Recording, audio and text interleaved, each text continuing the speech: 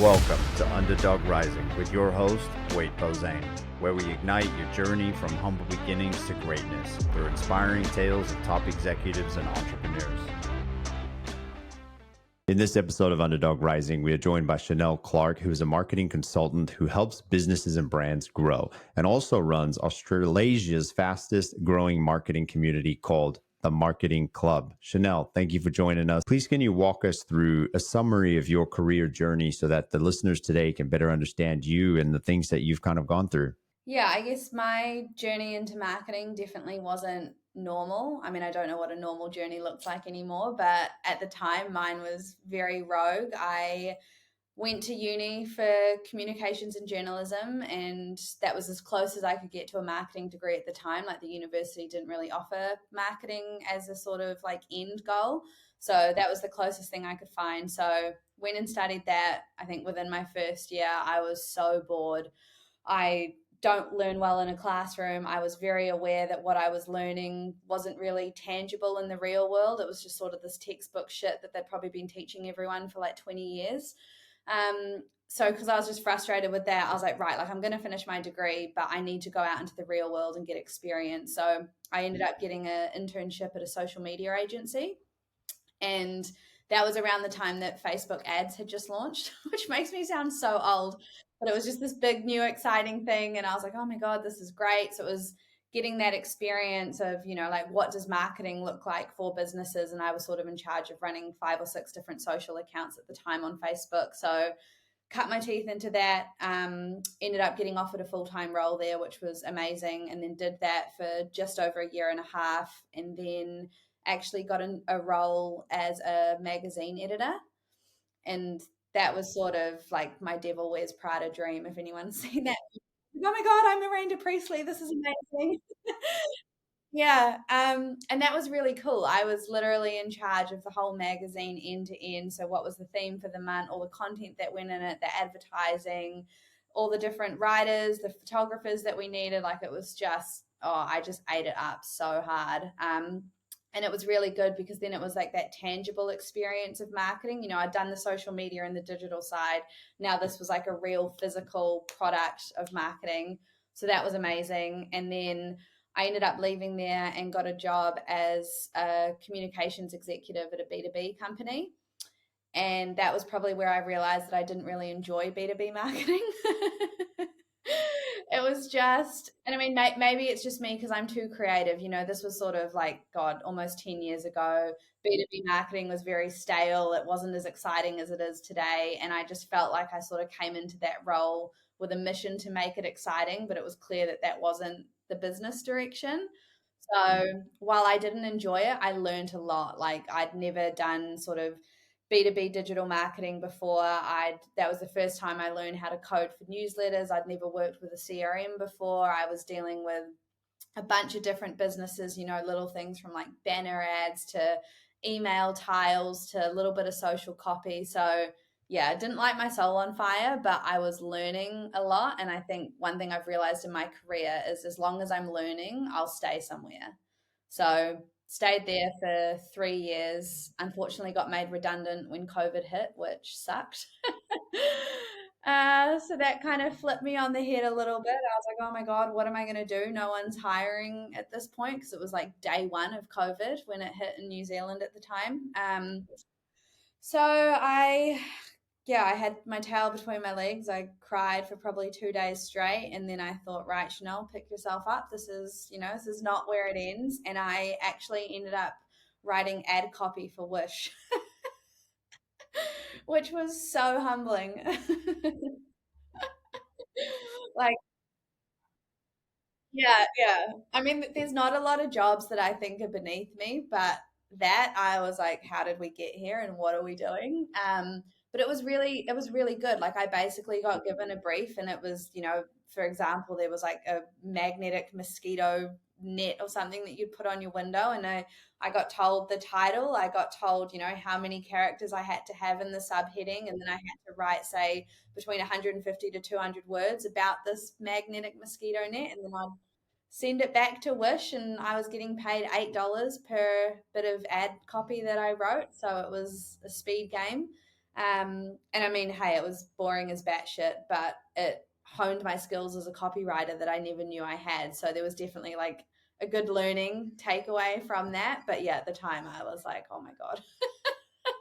I just questioned everything. I was like, why am I doing this? What is going on? When I did that, obviously it was not exactly what I wanted to do, but it was what I needed to do. And then at the time as well, I was reaching out to a lot of digital agencies, social media agencies, branding agencies, literally just asking them if they needed any help. I thought if I've got to do this silly Google ad or wish copy, that'll be the thing that gets me money. But then I really wanted to keep my mind busy. So I was literally reaching out to people offering to work for free just to keep doing something because I kind of just promised myself that I wasn't going to use that time to feel sorry for myself. I wasn't going to wallow. I thought if I could learn something and keep going and make good use of that time, then that was what I was going to do. So yeah, I sort of put my name out there. Obviously, I think a lot of people were like, "Oh my God, why are you offering to work for free? This is crazy." But I was like, "Hey, like if this is what's going to keep me busy and get me more experience." And then before COVID, well, before the lockdown ended, I ended up landing a job at an agency as their. I had a weird role there. I was hired as a growth manager for a SaaS product that they'd built. And then I was also hired as the marketing manager for the company as a whole. So that was my first experience, sort of agency side, which was really exciting. I'd never worked in an agency before.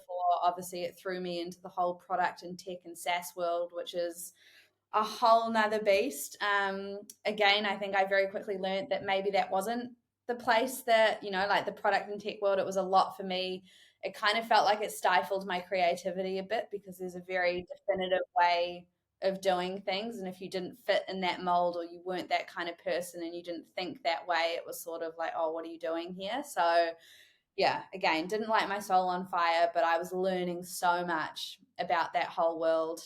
So I stayed there for a bit. And then while I was there, I actually ended up getting headhunted for a head of marketing role at a FMCG company called Arepa. So left there, went and worked at Arepa. I was the first marketing hire. So that was an insane role because I was essentially hired to set up marketing as a function for the business and then actually go and do all the things. And it was a high growth, scale up startup. So, the world was on fire with them. They were growing 200% month on month. I was essentially hired to come in and keep that momentum going.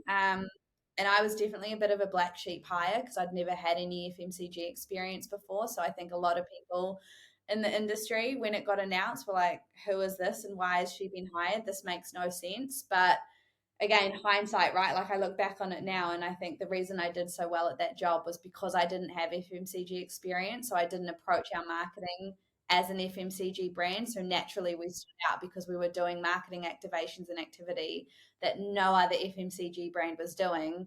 And then a year later, everyone started paying attention and seeing it working. And they were like, oh my God, how did you do that?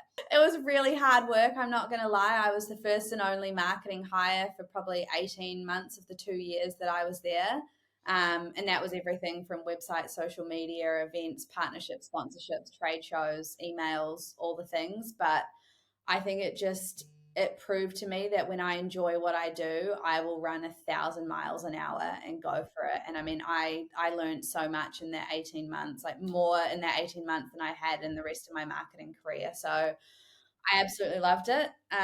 Unfortunately, I almost burnt myself out doing it and had to take mental health leave. And while I was on mental health leave, I suppose, just had the brain capacity to think about what was my next step because clearly I'd proven to myself in that role that I wasn't capable of looking after myself as well as I should have. Work had literally become my life and my personality and had consumed me. And while that was great for my career, it wasn't great for me as a human. I'd definitely become someone that I didn't like what I was becoming and how I was being perceived by friends and family and partner. So yeah, it was a horrible time. I think I cried every day for the 2 weeks that I was on mental health leave. But ended up coming out of it with an idea to start my own business. And that's what I've been doing ever since. I did sort of just want to touch on two things that came out of that, right? Obviously, COVID was a very interesting time period of life. A lot of people were impacted, and it sort of does have a mental impact on us as individuals, right? When those things happen, like I know you say you did what you did and you got through things, but were there any certain things that you maybe did on a day to day basis? Like, did you talk to yourself to get through it? Did you just say, I'm not letting anything come into my mind and I'm just going to apply myself and do anything that I need to do? If you don't mind just walking us through that a little bit. And then maybe also just sort of touching on the mental health aspect that you spoke about too, right? Like, maybe for listeners today, if they might be struggling with something like that, is there anything that you experienced that helped you overcome those moments so that we can support them during those times? During COVID, I guess like I am very aware that I am a very driven and ambitious person. And I think while a lot of people probably would have let that sort of moment define them, I was like, I know that I'm capable of so much more than this. And I was just, because I'd, started rising in my career, it kind of proved to me what I was capable of. And yes, being made redundant was a knockback, but I was like, well, I know that I can do something. I know that I'm going to end up doing something that matters. So, yes, this sucks right now, but how can I make the best of a bad situation and sort of turn it around? And in my head, with lockdown, like in New Zealand, we were locked down for 3 months. So I thought, right, the world is basically on pause for 3 months. So if I can move as fast as I can in that 3 months and try and get myself up, then by the time I come out, hopefully I'm more ahead than I would have been if I just, sat on my ass and cried and got drunk and baked banana bread like the rest of the world was doing. You're so right, because it's either, we never stay the same. We're either constantly evolving or we're decaying, right? Because you can't stay in the same place. So if I like how you put in that mindset and you were like, I'm going to get better out of this. I'm not going to allow myself to just sit around, do nothing. I'm going to elevate my knowledge and then, come out even stronger. Yeah. And then I think the mental health thing, like obviously that was really tough because I had no idea. Like I knew that I felt busy. I knew that I had a lot going on. I was never sort of surprised, when people are like, oh my God, it seems like you're working all the time. I was like, yeah, no, I know. Like I'm very aware of that. But I think when I got to that point where I realized that I was close to burnout, it was really hard because a lot of people had been throwing that word around. I'd seen it a lot on LinkedIn posts and stuff. Everyone's like, oh, don't burn yourself out, working too hard, whatever. And I think for me, it was really hard to kind of figure out if that was what was happening because I've always worked hard. I've always pushed myself. So for me, it was just, like business as usual. But I think the turning point for me was I'd run an event for the FMCG brand that I'd done, and it was this big full day event. It was like a 17-hour day. And I remember I came home and I felt like I'd been hit by a bus and like adrenaline was running because it was so amazing for our community and all this stuff. And I remember I woke up the next day and I was like, oh, I am really tired. And in my head, I rationalized it. I was like, well, of course you're tired. You had a 17-hour day yesterday. This is an event you've been planning for 6 months. Like, duh, of course you're going to feel tired. You're not superhuman. And I remember I went and made myself a coffee and I sat on the couch. And the next time I consciously was aware of what was happening was 3 hours later. And it was like my brain had just switched off. And I remember like almost coming conscious and I was like, oh shit, I better check my emails. And I was like, oh my God, it's 12 o'clock already. Like where did the last 3 hours just go? And I remember I told my partner when he got home, and I just said, oh, like, I kind of think I'm not okay. And I mean, he knows that I've always worked hard. All my friends and family know I work hard. But I think for me to kind of admit that I didn't feel okay was sort of that like red flag moment of, oh, if you're saying you're not okay, maybe you need to explore this. So I remember I ended up going to see a psychiatrist, and at the time, a lot of friends and family around me had been telling me for ages I was working too hard, burning the candle at both ends, all that. But I think what I really struggled with in terms of listening to them was if someone else in a head of marketing role at a high growth startup had told me I was going too fast, I probably would have listened to them. But the thing was that everyone around me who was telling I was going too fast, they weren't doing the same things that I was doing. It was friends who were in office admin roles who literally worked Monday, Friday, 9 to 5, tap in, tap out. Like I was working on the weekends, I was running social media. So, from the time I got home till the time I went to bed, I was on Instagram. Like it just never stopped. So I think I just didn't take everyone seriously because I'm like, you don't understand what I'm doing. You're not working at that level that I am. So while I appreciate the concern, you just don't get it. So I rationalized in my head. I was like, right, if I go and see a psychiatrist who it's literally their profession, right? I was like, first, they've got that certificate, they've done the work. So, like, A, I should listen to them anyway. But B, I thought it's someone who's neutral, right? It's someone who's never met me before, who has absolutely no idea who I am, how I function, what I do. And it was so interesting to me because within the first 10 minutes of the appointment, she was like, Chanel, if you do not slow down, you are going to burn yourself out and it is going to take 6 to 9 months to recover from this. And like, this is someone who'd never met me before, who literally just asked me in a conversation in a meeting room, what do you do? What are you feeling? Where are you at? And I told her, and that was her immediate diagnosis. And I was like, oh shit, okay, like this is a professional telling me this, and she's never met me before. Wow. I really appreciate you sharing that, because I think there's a lot of folks that can potentially be in those positions, right? And I think you hear it a lot within marketing roles, especially if you're sort of that individual hire. There's marketers at times tend to do a lot, right? Because there's so much to do. And then your brain doesn't turn off because you're not going on social media to just engage. You're monitoring, you're working, you're actively engaged with your community, et cetera. But I really appreciate you taking that time to be vulnerable and share that moment because there's somebody out there, that's kind of going through the same. And I just want to ask, you mentioned hindsight is a beautiful thing. So now looking back on it, if you what would you say to somebody who might be in that currently that they can look out for to identify that they are on their way to burnout? I think for me, now that I look back, the immediate warning signs was I couldn't get to sleep. I had really bad insomnia. I'd almost lost my appetite because I was so stressed out I wasn't eating. And then I think just the little things, like I was noticing that I was becoming very irritable.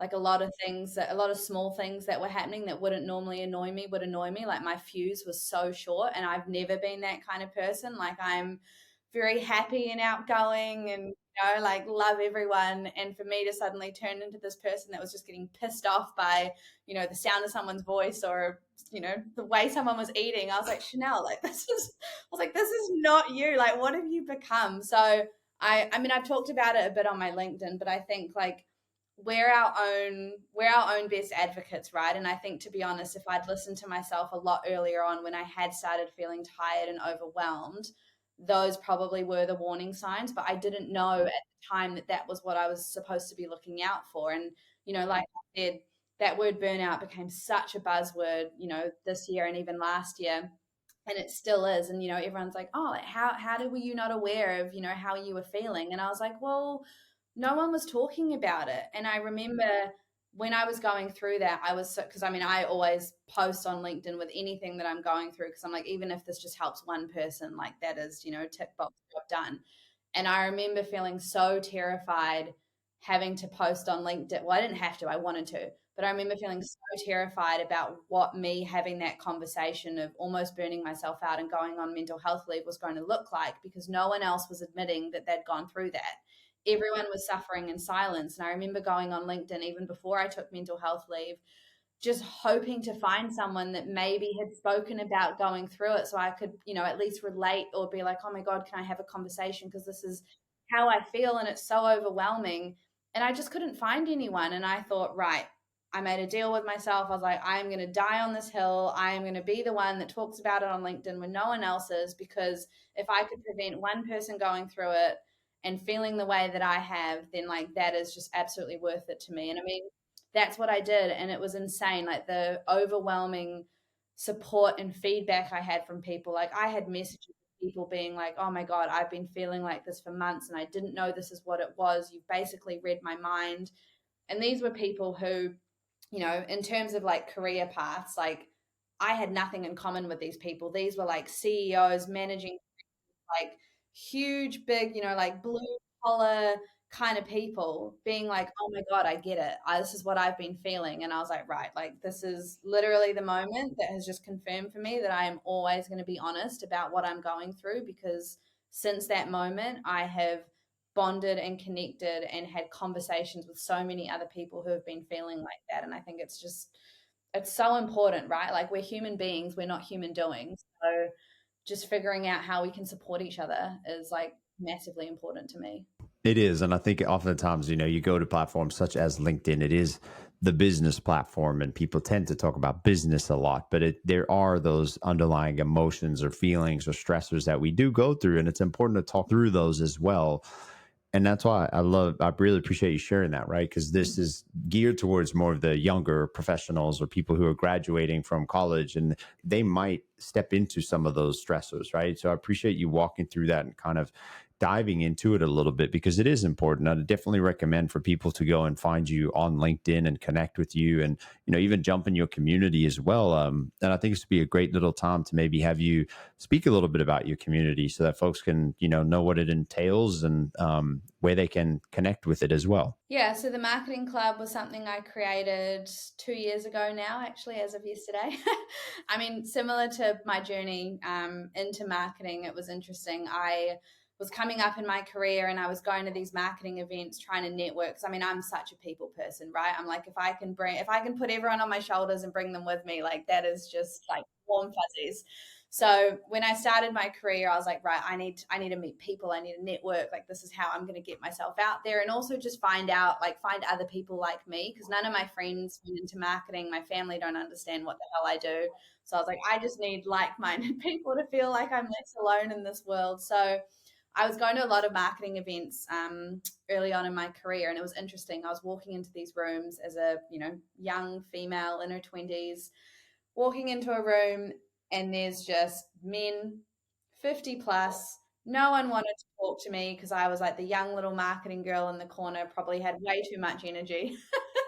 And everyone was like, no, like you're not our human. What are you doing here? And we won't even talk to you. And I was like, this sucks. Like there has to be, I'm not the only young marketer in Auckland at the moment, trying to my career. So I remember I went to a few events, and every single event I went to, I was like, this isn't it. Like there has to be better. A lot of the events I was going to as well, there weren't, it was very aspirational or inspirational to listen to some of the speakers. Like I remember one of the events, there was, the CEO or the CMO of Lotto was talking about how their Lotto's like a betting and gambling sort of thing.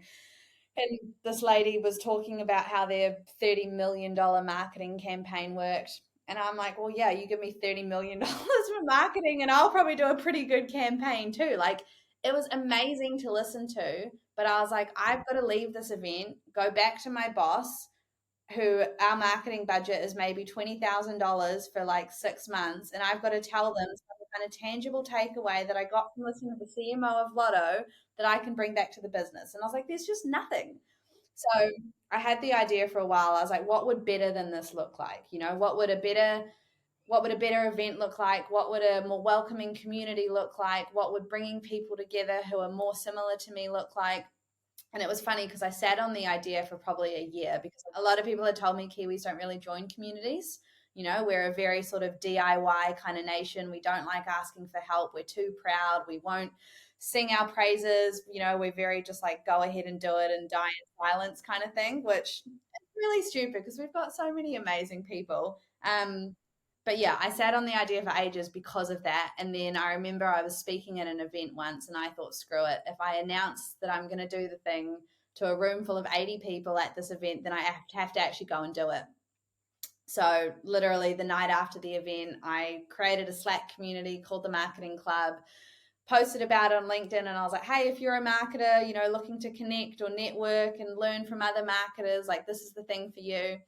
And I remember I called it a marketing club because I was like, oh, there'll be 20 or 30 people join. Maybe we catch up for coffee once a month, a bit about our jobs, how stressed we are, marketing life, all that kind of stuff. We'll trauma bond, be best friends for life, and like game over. And within the first week, we had 180 people join the marketing club.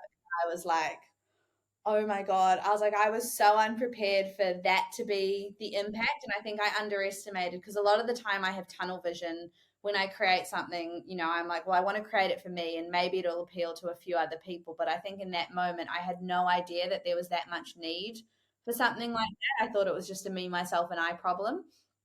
So to have that impact straight away, I was like, oh my God, product market fit and then some. And then over the last 2 years, it's just continuously grown. And now we're in New Zealand and Australia, and we've got over 7,000 members in our community. That is incredible. Congratulations. Where can folks go to find the community? Well, we're on LinkedIn. It's called the Marketing Club AU/NZ. To be honest, it'd be easier just to DM me on LinkedIn, then I'll send you all the details. Communities are a wonderful thing, especially nowadays, leveraging the internet to have international communities and have all those different minds come together to build each other up, right? And spark different ideas. So I wanted to ask you for your opinion. What do you think is more important? Finding a career you love or learning to love the career you find yourself in? Finding a career you love. Okay. Do you mind elaborating as to why you feel that way? I just think, I mean, I feel like life is very short and I want to accomplish a lot in a short amount of time. I want to leave an impact on this world. I want to make sure that when I die, everyone knows that there was some kind of purpose that I had on the planet or impact on community. And I know that's probably a cynical, weird, I'm only 33. It's a weird thing to think, but I just think life is too short to put yourself into something where you're trying to learn to love it because it's the only thing you can do. Like, I guarantee you, when passion meets purpose, people just become a so much better version of themselves. So I'm always trying to convince people to, take the risk, make the leap, bet on yourself, go out and do the thing that you love. And if you can figure out how to monetize that, that's great. And I mean, I've got friends who don't necessarily love what they do in their current role, but then they've got a side hustle or something else that they do where they get that love and that passion from. So I will always die on the hill of doing something that you love, not learning to love something. I heard someone once say, do the thing that excites you, right? Because even if you are working a job, if you have sort of that passion for something else, go and get that fuel, feed yourself, right? Feed that energy so that you do enjoy life and love it. And I think you're so spot on with that sort of go out and get after it, right? Because I think at times we don't put enough weight on, like, I know it's going to be a little morbid, but on death, right? Because it is coming. I said, death is finite, right? Like, that's it. We die and that's it. And then it's like, cool. You don't want to be on your deathbed looking back and being like, God, I wish I bet on myself 40 years ago. And it's coming faster than we realize, right? Because so many people, especially when we're younger, people say, oh, you got your whole life ahead of you, and you got your 20s, go have some fun, figure it out. But you either have to, there's always a sacrifice, right?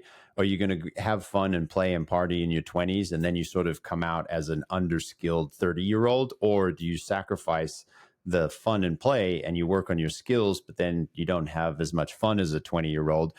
It just, you got to weigh your pros and cons and pick which side you want, right? But I agree with you. If you want to chase after anything, do it fast, do it quickly, because we don't know how long we have, and especially to make an impact. I always tell people, like, growth happens when you're uncomfortable. It doesn't happen in your comfort zone.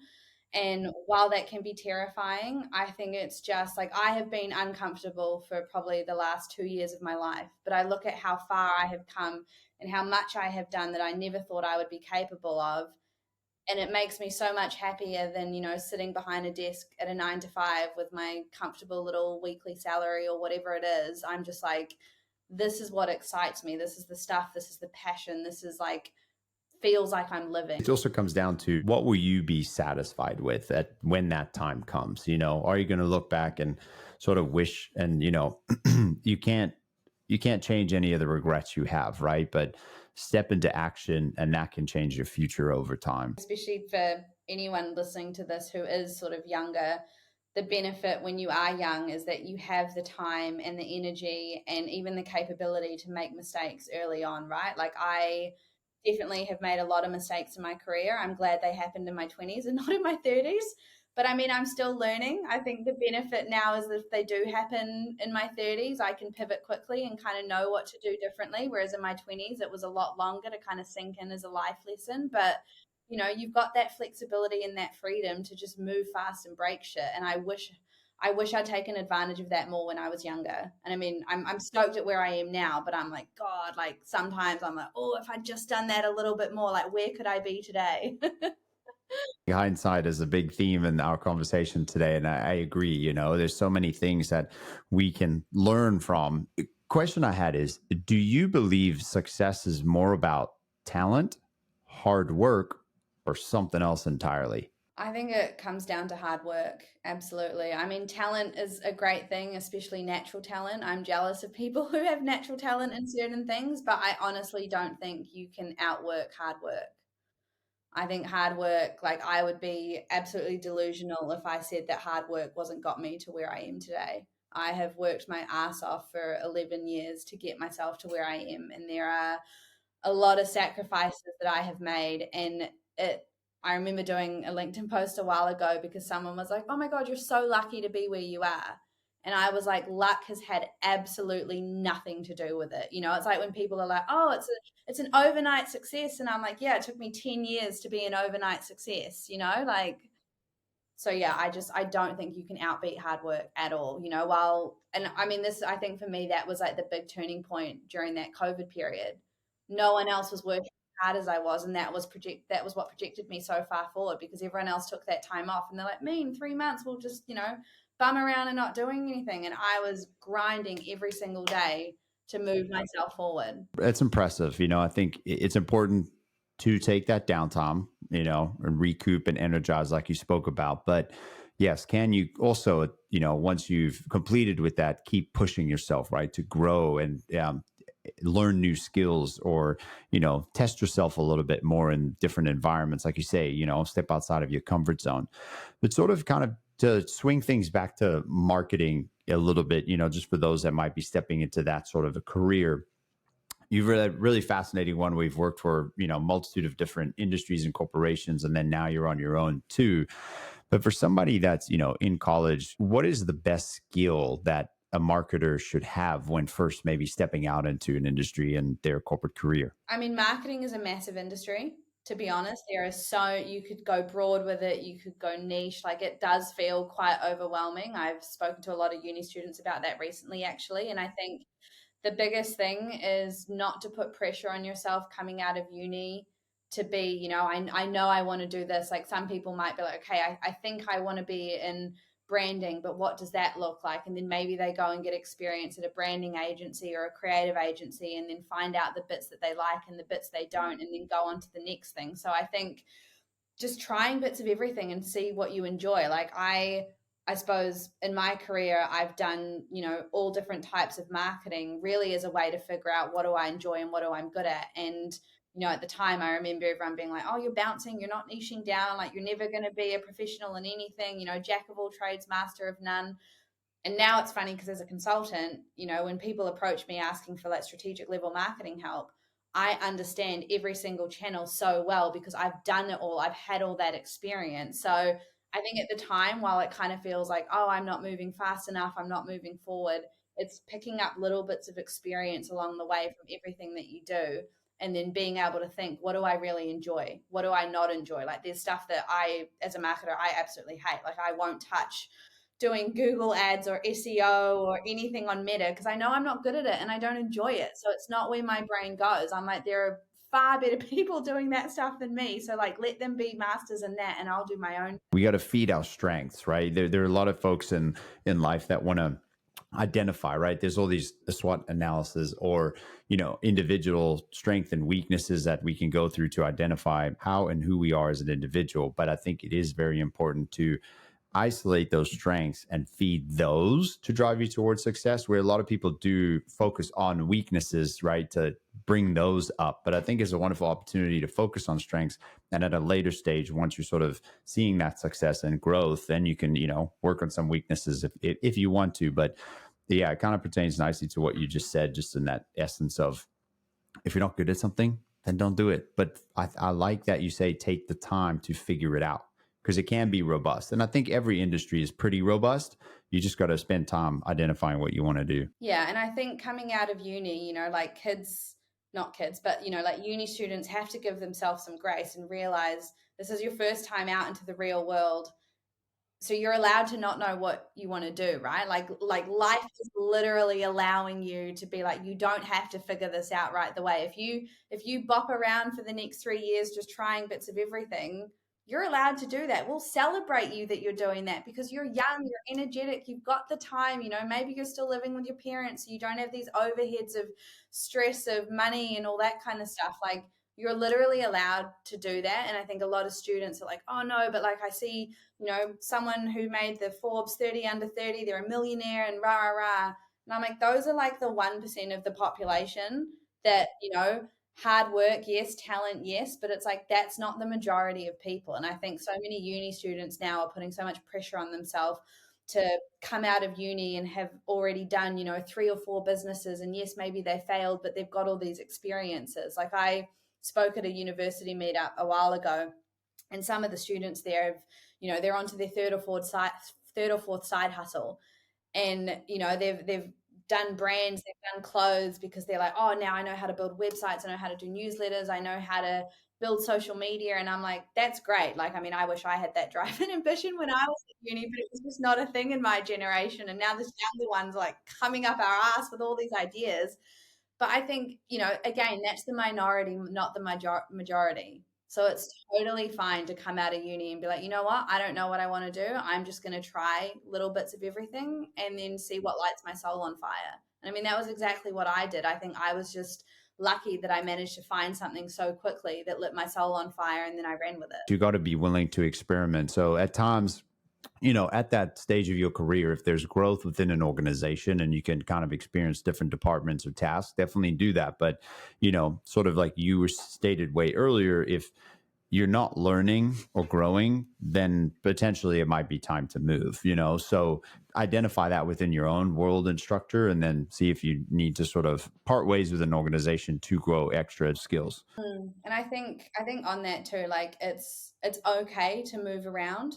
I think I look back at my career, and almost my whole career, a lot of people basically put me down for, oh, you've only been here 2 years and then a year and 3 years and 1 year and this and that. And I think, gone are the days where it was, oh, you have to stay somewhere for like 3, 5, 10 years. Our grandparents, right, were like, oh, I was at this company for 50 years. And I'm like, yeah, because that's how the world was back then. Like, it moves a lot faster now. So I think just being okay with, realizing if you've got everything out of an opportunity, it's okay to move on to the next thing. This world's, it's picking up pace and moving a lot faster. And I think that people are wanting to find more of a purpose in life, right? And I think, to your point earlier, some people don't want to sit at a desk and work all day. They want to do something else that makes them feel alive. So I think folks are trying to sort of not spend less time purposefully, but if things aren't aligning with who they are and what they want to feel in life, like you stated, human being, not human doing, then they're starting to depart, right? And go test out other things and kind of see what they want to experiment with. But a fun little question I'd like to throw you away: at any given moment in time, how many tabs do you have open on your computer? This is so funny because I read your email and it said to close any unnecessary tabs. So I'm 10 less than normal, but I say I probably have at least 30 open right now. I have ADHD though, so my brain is literally like everywhere all at once. And I have about 6 whiteboards in my office. So 6 whiteboards. That's impressive as well. Okay. I haven't heard that one. I've heard people say like they've got, 40 different tabs, but they've got 4 monitors or something like that. But that's unique. Monitors and then 6 whiteboards as well. I've only got 1 monitor. I think if I had 2 or more, I would be doubling the amount of tabs. Like, it's literally the reason why I haven't bought another monitor, because I know my tabs would get out of control. Yes, I know. There's a whole thing like tab management needs to be, or this like tab language, I think at this point in time. So sort of for those listening today, I know we've been through kind of a lot, but if you had to start over, that was sort of something we kind of touched on a high level, but is there anything for those that are listening that you might potentially do differently? I honestly don't think so. I'm someone that I don't approach my life with regrets. I think it's either a lesson, or something to learn from. And while there's a lot that I could look back on and, be a little bit bitter or shitty and why me and this shouldn't have happened or whatever, I think I look at where I am now and very much acknowledge that it has built me into the person that I am today. So yeah, I don't regret anything. There's nothing I would take. I mean, there's a few people I've dealt with that maybe would have been nice to never have been introduced to, but other than that, no, I'm so happy with the journey that I've had and what it's built me into being now. Often at times, especially when you're younger, right, you don't have that opportunity to have hindsight. So you're in the midst of it, and you don't understand that the elements that you're going to go through are going to be the building blocks or the stepping stones of who you are ultimately going to become. And you have to look at your past, and sometimes it's a little odd, right? You might look at like the COVID situation, or you sort of were that content editor and it was incredible, and but it's all molded you and pieced that puzzle together for exactly where you are right now. And it's amazing to see. And you're able to take everything you've been through and now give back to the community, right? And help other marketers or businesses or people grow their personal brand. So one thing that just came to mind, just, resources are a big thing. I know you mentioned you like to go on LinkedIn and engage with those that are in the midst of marketing, but are there any sort of resources or books or podcasts or YouTube channels or anything of that sort that you would recommend, or just sort of have people maybe go and listen to increase their knowledge of marketing, as they're not in the real world, but some folks might be? Yeah, I think a really good podcast I always recommend for marketing is one called Black T-shirts. Okay. Interesting. I've never heard of it. I'm probably a weird one to ask this question to be honest, because I take a lot of marketing inspiration from non-marketing related things. Like I'll look at what other brands, like retail brands or fashion brands or those kind of things that people are doing, and then sort of spin them in my own way of what that could look like from a marketing point of view, because then you naturally stand out, like similar to what I did within the FMCG landscape. So I wouldn't say that I'm like a textbook marketing person. I'm not someone that tells people to go and study the 4Ps and do the SWOT analysis and everything like that, because I'm definitely more creative. But I think leaning into what can inspire you. I mean, obviously, I think a good book to read, anyone should read, and it's not marketing related, it's just life related, is Atomic Habits by James Clear. I think that is just, I mean, like I have ADHD, routines, processes, and systems are like my bitch. So that book basically just validates for me why I function the way I am. I'm like, oh, cool. Okay, so this isn't a problem. This is actually like steps to success.